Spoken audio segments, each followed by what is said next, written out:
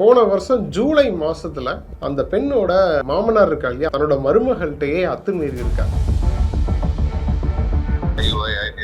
Try பண்ணா கூட sperm counts இப்ப வந்து பாத்தீங்கன்னா குறைஞ்சிட்டே போகுது. ஏன் குறையுதுன்னு பாத்தீங்கன்னா மெயின் ரீசன் வந்து நம்ம ஒரு நாளைக்கு 3000 கெமிக்கல்ஸ் யூஸ் பண்றோம்.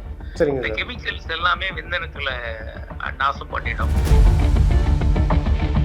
பொண்ணுக்கு ட்ரீட்மெண்ட் அப்படின்னு சொல்லி வருவாங்க.